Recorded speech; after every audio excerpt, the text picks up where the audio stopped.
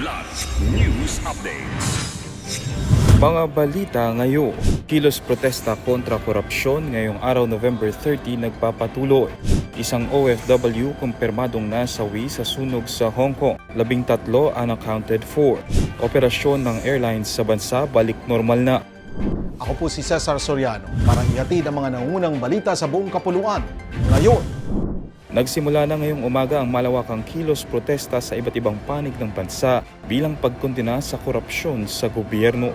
Nagtipon-tipon ng ilang labor leaders, TPPM leaders, mga kabataan at mga kinatawan mula sa Catholic schools at nagmarcha patungong EDSA People Power Monument sa Quezon City.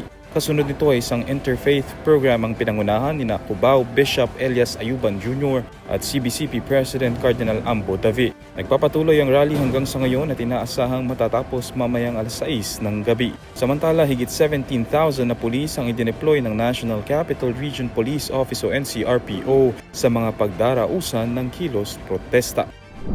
Kinumpirma ng Philippine Consulate General in Hong Kong na isang Pilipino ang nasawi kasunod ng malawakang sunog sa Wang Fuk Court Residential Complex sa Tai Po District noong November 26. Hindi pinangalanan ng konsulado ang babaeng biktima, gayon din ang naging detalye sa kanyang pagkamatay. Sa hiwalay na advisory, inihayag ng Philippine Consulate na 79 na Pilipino ang kumpirmadong ligtas mula sa trahedya, isang sugatan, 12 ang bineberipika pa, habang 13 Pilipino ang nananatiling unaccounted for o inaalam pa ang sitwasyon. Samantala sa huling tala umakyat na sa 128 ang bilang ng nasawi habang nasa 200 ang nananatiling missing. Nagsimula na rin ng 3 araw na pagluluksa sa Hong Kong bilang pakikiramay sa mga pumanaw sa pinakamalalang residential fire sa loob ng halos 8 dekada.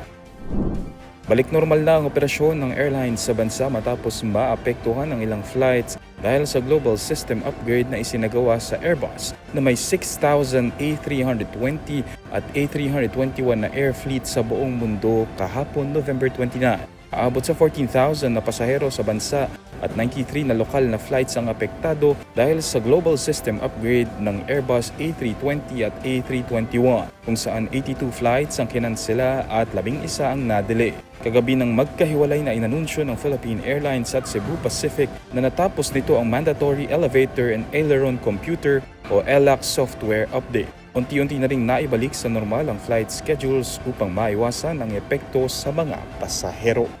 Para sa Kidlat News Channel, ako si Renzel Linon, nag-uulat.